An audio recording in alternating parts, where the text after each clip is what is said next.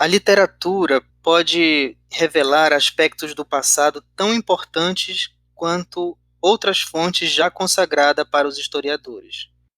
Os rios também estão presentes nos mais famosos poemas e romances da literatura brasileira e da literatura universal. Olá, eu sou o professor Wesley Kettle, da Universidade Federal do Pará, e este é o Historix Podcast.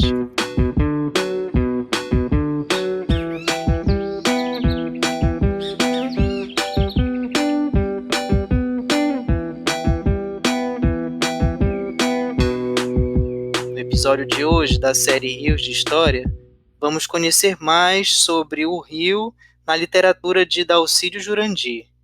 E para nos contar mais sobre essa história, convidamos a professora Aline Santos. Bom dia, professora. Bom dia. Professora, você tem desenvolvido muitos trabalhos em torno dessa figura tão importante para a literatura brasileira, que é Dalcídio Jurandir. Conta um pouco para nós sobre os seus estudos. Sim, eu estudo o autor, Dalcídio Jurandir, tem 10 anos, desde a minha iniciação científica, no TCC, né, no mestrado, e no doutorado também eu estudei os romances dele. Eu comecei, na verdade, estudando os relatos de viagem dele, passei pelo romance Encomendado pelo Partido Comunista, que ele escreveu, e no doutorado eu fiz uma análise das personagens femininas do ciclo do chamado ciclo do Extremo Norte, que é os 10 romances, né, que ele escreveu ambientados na Amazônia. E eu faço parte também do projeto de pesquisa Mulher e Literatura na Amazônia, de personagens à autoria entre 1850 e 1980, coordenado pela professora Marli Tereza Furtado, da Universidade Federal do Pará. Muito bem, professora. Apesar de nós reconhecermos a importância desse autor, é bem provável que alguns dos nossos ouvintes não conheçam. Tenho a impressão que boa parte dos brasileiros e brasileiras ainda não conhecem Dalcídio Jurandir. Então, fala um pouco para nós quem é esse autor. É verdade, infelizmente, as histórias literárias, elas deixam ele em um local, um espaço pouco privilegiado, em que só se menciona, quando se menciona ele, menciona que escreveu, ambientado na Amazônia, e que ele é regionalista, apenas isso. E ele é muito mais do que isso. Você escreveu 11 romances, ele nasceu em Ponta de Pedras, no Marajó, em 1909, faleceu em 1979 em Rio de Janeiro. Ele foi escritor, foi jornalista, ele contribuiu para diversos jornais aqui de Belém e do Rio também. E ele era uma pessoa envolvida no meio literário, depois que ele se mudou para o Rio de Janeiro. E ele, o que sustentava ele, digamos assim, era o seu trabalho como jornalista. Mas ele escreveu esses 11 romances. Desses 11, como eu já falei, foi o Linha do Parque, foi encomendado pelo Partido Comunista. Então, ele é ambientado no sul do país. E os demais romances, os 10, compõem o que é conhecido como Ciclo do Extremo Norte. São 10 romances em que ele, ambientados na Amazônia. Com exceção de um desses romances, os demais têm como protagonista o Alfredo. O Alfredo é um menino, ele começa como uma criança no primeiro romance, e ele mora em Cachoeira do Arari, na ilha do Marajó. Tem como sonho, o maior sonho dele é vir para Belém, para terminar os estudos, continuar o primário, o ginásio, aqui em Belém. Esse é o maior sonho do Alfredo, porque ele é filho do Major Alberto, um homem branco, a Dona Amélia é uma mulher negra, então ele olha para sua cor e não se reconhece como parecido com os demais meninos de Cachoeira. E ele se sente perdido, ele se sente fora do lugar. Ele pensa que se ele vier morar em Belém, estudar em Belém, ele vai conseguir encontrar o seu lugar. Porque ele olha os catálogos do pai, ele vê as fotos da Belém da época da Belle Époque e ele quer morar nessa cidade. Só que o curioso é que quando ele chega em Belém, ele vem para Belém pós-Belle Époque. Ele sempre tem a impressão de que ele chegou atrasado, que ele não encontra o seu lugar. Ele termina, e no passar dos romances, ele vai crescendo, ele abandona os estudos. Não vou soltar muitos spoilers, né? Várias pessoas que procurarem ter interesse de ler o livro, né? Mas ele sempre está nessa busca por um lugar, pela busca de se encontrar. E o que acontece com ele, né? Não vou contar. Então, esse Alfredo é o protagonista, mas ele se depara, tanto em Belém como no Marajó, se depara com diversos personagens. Falando um pouco da minha pesquisa, eu estudei as personagens femininas. O Alfredo, sim, ele tem esse protagonismo, tem a importância. Não é possível falar da obra do Dalcídio sem mencionar o Alfredo, mas há diversas personagens que interagem com ele e alguns momentos tomam o protagonismo das obras, contam suas histórias e incrementam o enredo e contribuem também para o enredo do Alfredo.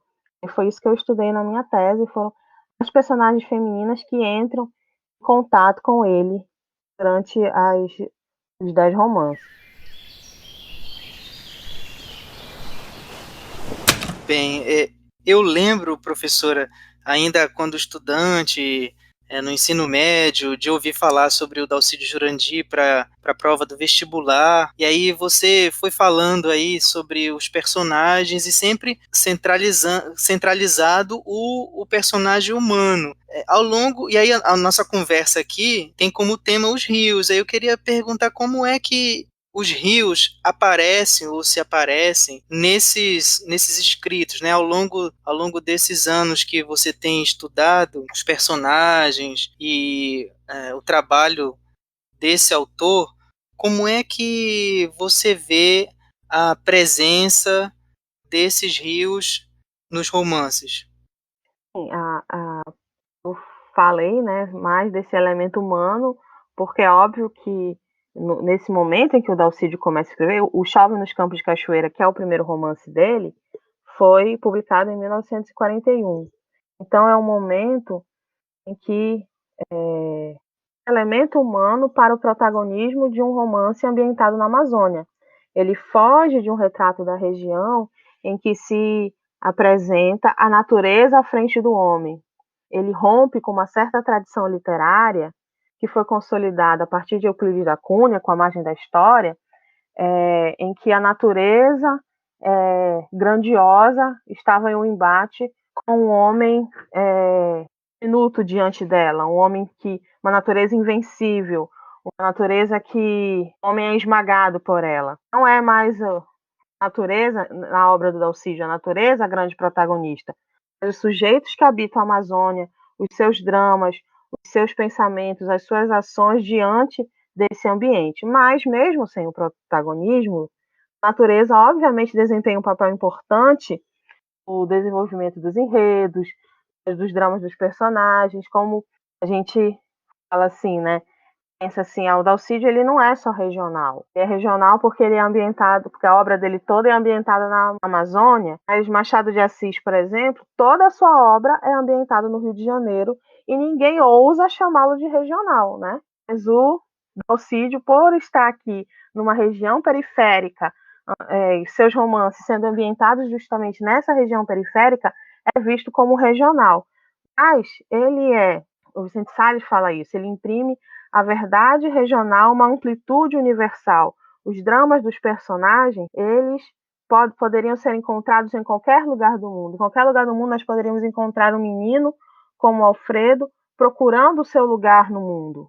Mas se ele está aqui recriando a realidade amazônica, então, mesmo com essa amplitude universal, os rios, a natureza amazônica vai estar presente nessa ambientação, nos seus enredos, nas narrativas. E há também, não foi muito objeto do meu trabalho, existem outros trabalhos sobre isso, que tratam que relacionam os rios com o aspecto mítico. Outros personagens com quem o Alfredo, ou o Missunga, que é o protagonista do Marajó, o único romance que o Alfredo não aparece, ele tem contato com pessoas que contam histórias e que os rios estão ali presentes, há a contemplação dos rios também. Então, perdeu-se o protagonismo, o elemento natural, digamos assim, perdeu o protagonismo, mas se ele recria a realidade amazônica, mesmo sem o protagonismo, os rios e os outros elementos da natureza estão sim presentes na sua obra.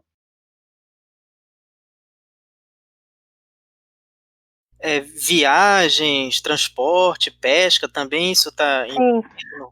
Eu lembrei aqui, olha, eu queria só ler o primeiro parágrafo, é curtinho, o primeiro capítulo do romance, o terceiro romance dele, intitulado Três Casas e um Rio.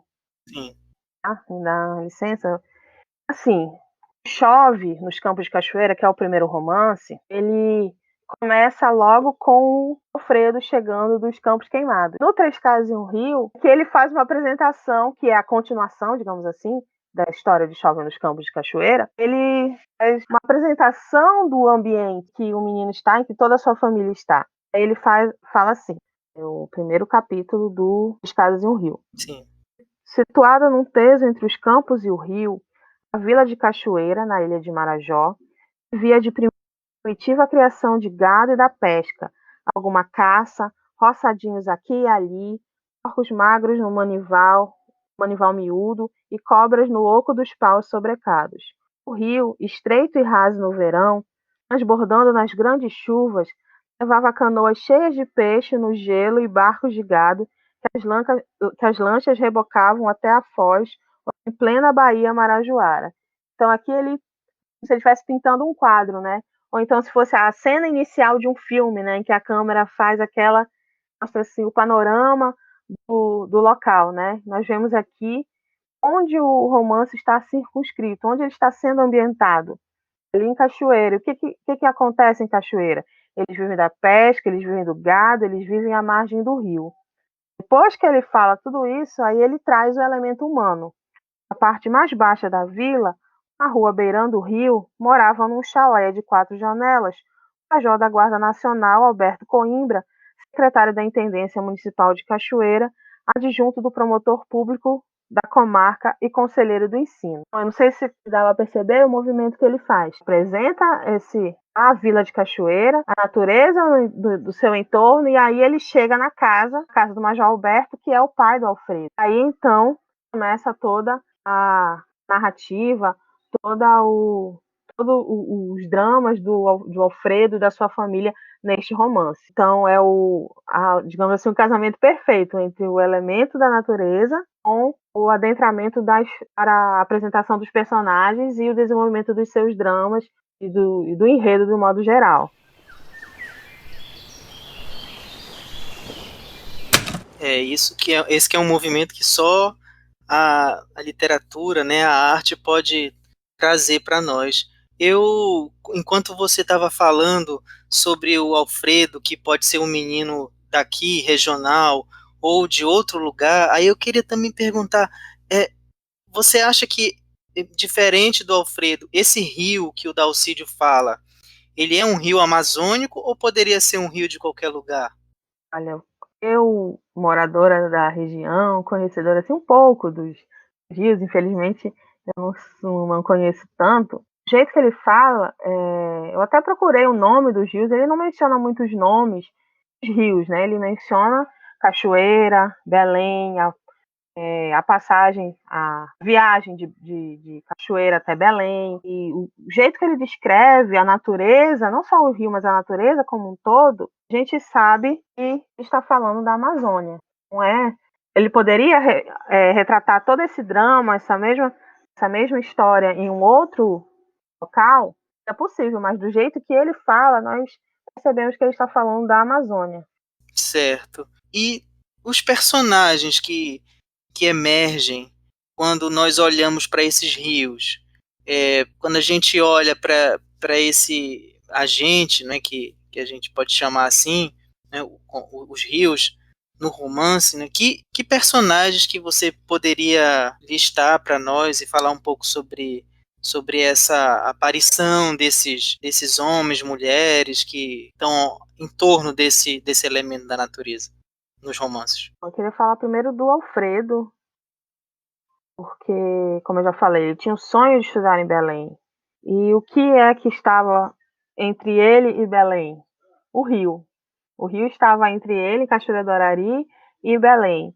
E o rio é o que separa da concretização dos seus sonhos, mas também é o meio pelo qual ele vai atravessar para chegar a Belém. Então, há essa relação dele com o rio, de que ele precisa, é o que separa, mas é o meio pelo qual ele irá chegar a Belém. E há também alguns aspectos interessantes dele. Eu queria mencionar dois romances, assim, brevemente. Novamente, no Três Casas e um Rio, Alfredo, ele não, como eu falei, né? Como ele era filho de um branco, uma negra, ele tinha o tom da pele diferente dos demais meninos. E ele também teve feridas na perna, e as feridas deixaram marcas, e ele olhava para a perna dos outros meninos, e os outros meninos não tinham essas marcas, então ele se sentia muito diferente dos outros meninos, ele se sentia deslocado, ele se sentia assim, sem ter proximidade, sem conseguir ter uma proximidade com eles. E ele tem uma amiga, que é mais ou menos da idade dele, que é a Andresa.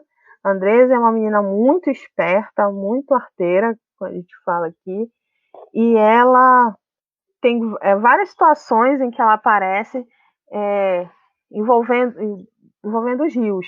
Primeiro que ela descobre que um tio dela foi preso na delegacia da cidade e que ele vai ser transferido para o São José aqui em Belém. E ela fica com medo do que vão fazer com ele em Belém, fica assim assustada. Isso ela contando, né? Como ela é uma menina muito esperta, muito cheia de história, a gente não sabe de fato se é verdade ou não, mas ela conta para o Alfredo que ela consegue entrar na delegacia, roubar o molho de chaves, e o que ela faz? Ela joga essas chaves no rio. Por quê? Porque ninguém vai encontrar. A gente sabe que o rio aqui, a maioria deles jogou alguma coisa, né? Vai direto para o fundo. Ninguém iria encontrar. E um outro momento é interessante, no Três Casas e um Rio ainda, que é no, no passando quase no final quase no meio do romance, não, passando um pouco acho que pelo capítulo 7, no capítulo 8 ou 9, ele, o Alfredo e a Andresa, eles tentam recuperar o lago da seca. Eles veem que o lago está secando e eles tentam encontrar o olho d'água para proteger, para o lago não secar.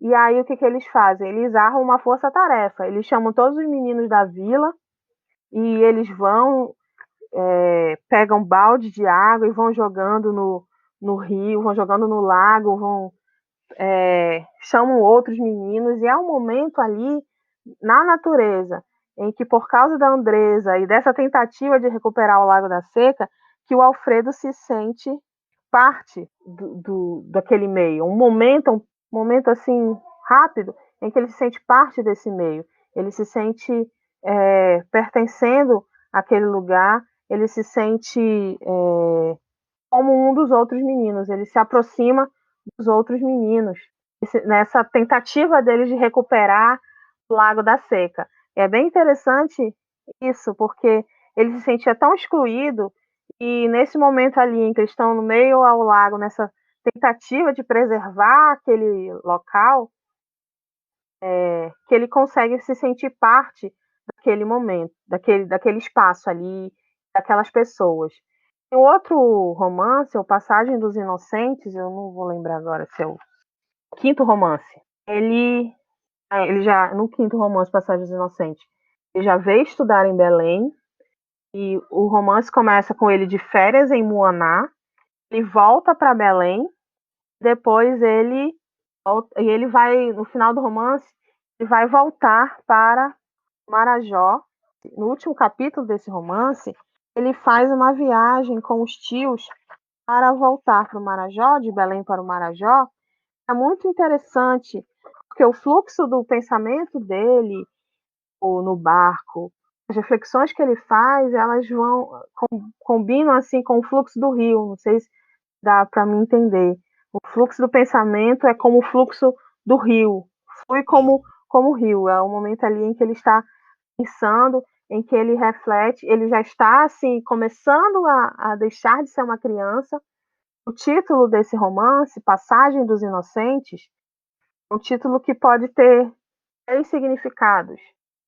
Primeiro, que é o nome da rua, que ele vem morar em Belém, Passagem dos Inocentes, apesar de que a gente não encontra essa rua de fato em Belém, mas é Rua Passagem dos Inocentes.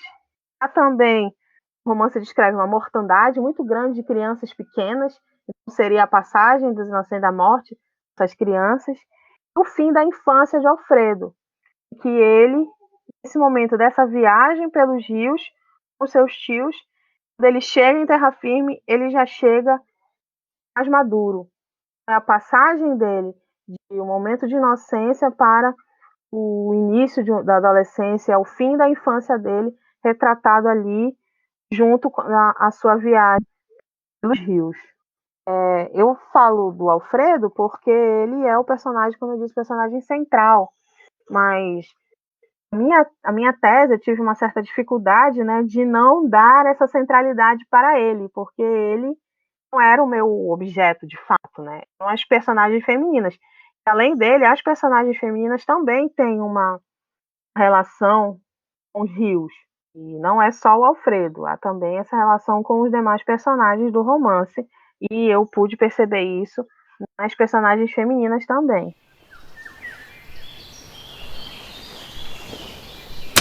Interessante nessa sua fala como é presente ainda, talvez não só em Belém, né, nas ilhas, mas onde há essa relação de capital, interior e os rios, né? Quer dizer, ainda hoje, quantos jovens estão nesse sertão, nessa profundeza do Brasil, e tem o sonho de ir para a capital, né?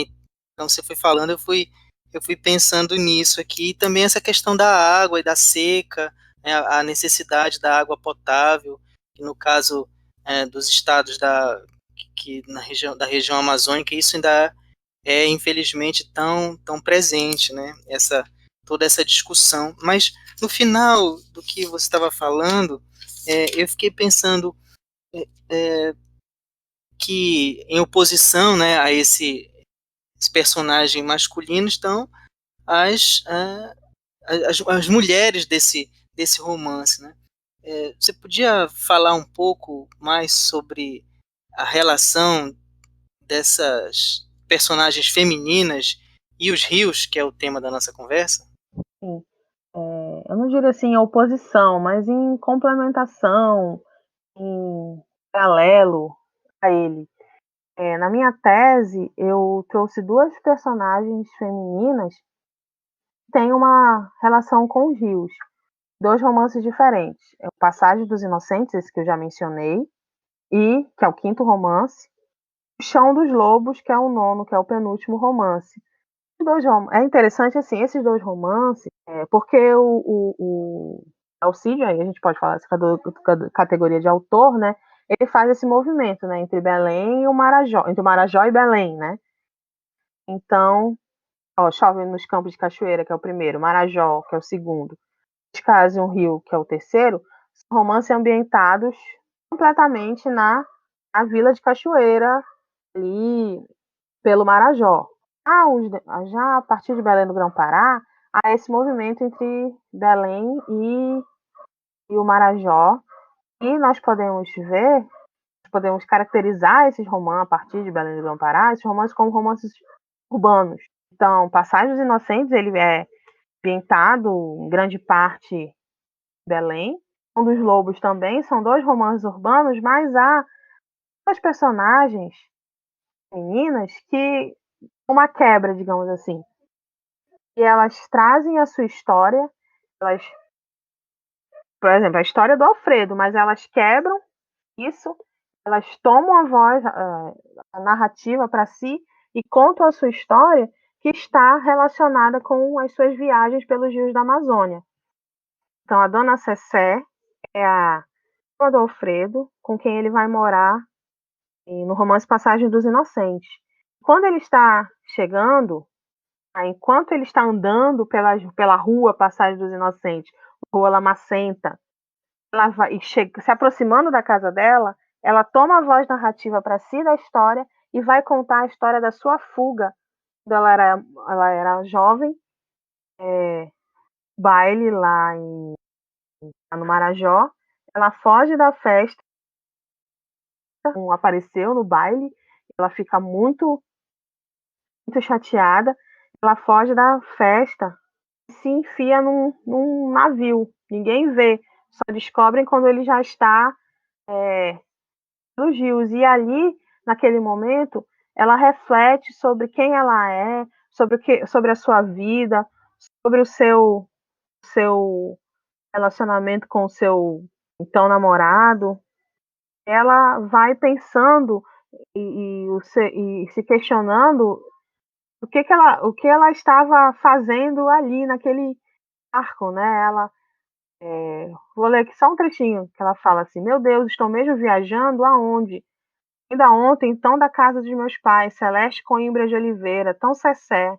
Verdade que seus sentimentos para com Antonino Emiliano perdiam um pouco daquele fervor, daquela obstinação, caía em quase súbito fastio, um pouco desapontada, bem, não sabia.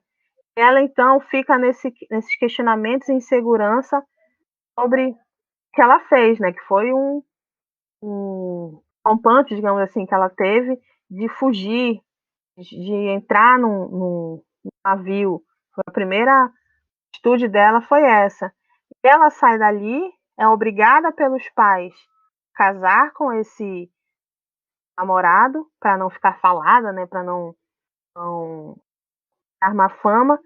Mas assim como no capítulo final, em que o Alfredo viaja pelos rios e os seus pensamentos fluem como o fluxo do rio, enquanto ela está ali naquele rio, naquele navio, sua fuga, os seus pensamentos, as reflexões, as suas inseguranças fluem também tal qual o rio que ela está navegando. É bem interessante isso, porque na literatura, né, teoria literária, nós vemos assim, né, que é o discurso indireto livre, o fluxo de consciência, o monólogo interior, então vários técnicas narrativas para se contar uma história, digamos assim. Nesse momento, ela está tão confusa que essas técnicas se entrecruzam, para mostrar justamente essa confusão dela. E aí, como já falei várias vezes, né? Esse fluxo dos pensamentos dela foi tal qual o rio em que ela está navegando. E isso, ela sai dali, é obrigada a casar, ela sai dali diferente, não mais a mocinha inocente de uma família respeitada do interior, mais uma mulher que não está contente com a vida que lhe destinaram.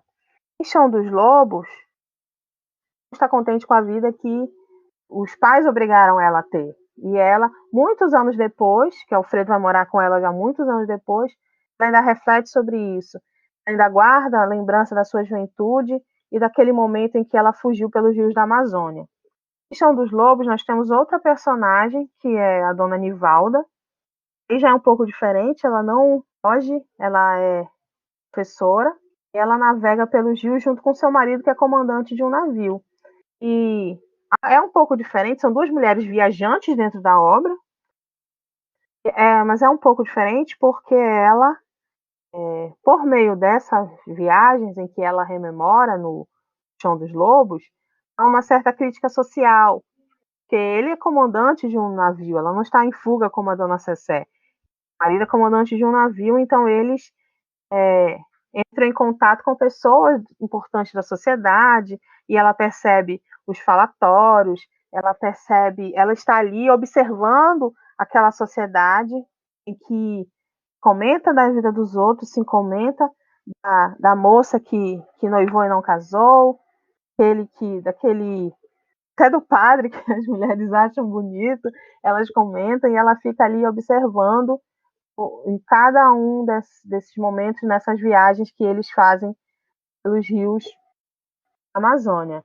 Então, são duas personagens femininas em dois romances que são, assim, podemos dizer, que Passagens Inocentes e Chão dos Lobos são predominantemente urbanos, eles pintam um retrato da periferia da capital paraense, mas tem essa imagem entrecortada pelos rios da Amazônia, por causa dessas duas personagens, Dona Cessé e Dona Nivalda. Então, elas, podemos dizer assim, que elas trazem o tom beirinho para o enredo desses romances ambientados numa cidade. Eu chamo isso na minha tese de uma transgressão da narrativa. Uma transgressão narrativa porque é um romance urbano, um romance que está ali ambientado, descrevendo a periferia da capital, mas elas entram com a sua história e é uma história que não é ambientada na capital, uma história que é ambientada pelos rios da região. Que mostra toda a riqueza, né, que essa literatura, como nós falamos no início, ainda não tão conhecida como outros autores, né, que merece cada vez mais ser explorada, ser lida. Professora, nós, antes de terminarmos, né, já chegando quase no fim aqui da nossa conversa, a gente sempre pede para o nosso convidado deixar uma sugestão de leitura para os nossos ouvintes, né? Eu não posso fugir do Dalcídio, né? Claro. Quando eu comecei a estudar a obra dele, em 2009, 2010, era muito difícil ter acesso aos livros, não tinha muitos livros, a gente tinha que recorrer ao estante virtual, e não era barato, e aí eu tinha que correr atrás do dinheiro e dos livros, né? Eu lembro que um dos livros eu tive que colocar uma busca na estante virtual que a gente tinha que mandava um e-mail quando colocava um livro, porque só assim eu consegui. Mas hoje não. Então a indicação que eu tenho é do primeiro romance, Chove nos Campos de Cachoeira. Há uma edição recente, uma edição acho que de 2018, 2019, do Chove. Um romance belíssimo. É poesia em prosa. O retrato que ele faz do região, do ambiente, dos personagens. É o início da história. Então, se alguém quiser, né, começar a ler o ciclo, nada melhor do que começar pelo Chove, que é o romance inicial, o romance embrião, como o Dalcídio chama. E há uma edição nova da editora Parágrafo, então dá para comprar, eles enviam para qualquer lugar do Brasil, dá para comprar com eles e começar a ler o Dalcídio e ver esse maior romancista da Amazônia, ver por que ele é tão incrível, autor que merece ser lido. Olha só, nesse momento que nós conversamos aqui, eu falei de diferentes histórias e existem muitas outras histórias, muitas outras formas de se estudar ou apenas de ler e como um leitor comum ver a maravilha que é um romance ambientado na Amazônia. Fica então um convite, né, para os nossos ouvintes conhecerem cada vez mais esse autor tão importante para a literatura brasileira. Professora, nós queremos agradecer muito, aprendemos muito com essas análises do romance e da relação com os rios. Fica para nós a sensação de que queremos ouvir um pouco mais, né, sobre esses episódios dessa dinâmica social ribeirinha, tão importante para compreender não só o passado da Amazônia, como as relações sociais de hoje. Mas aqui nós queremos deixar o nosso muito obrigado por ter aceito o nosso convite para conversar conosco. Eu agradeço o convite, obrigada por esse momento. Poder falar do Dalcídio é sempre um privilégio. Bem, queremos agradecer também os ouvintes que nos acompanharam até aqui. O Historix Podcast fica por aqui. No episódio de hoje, nós conversamos com a professora Aline Santos sobre os rios na literatura de Dalcídio Jurandir. Os nossos podcasts podem ser encontrados no www.lveh.ufpa.br.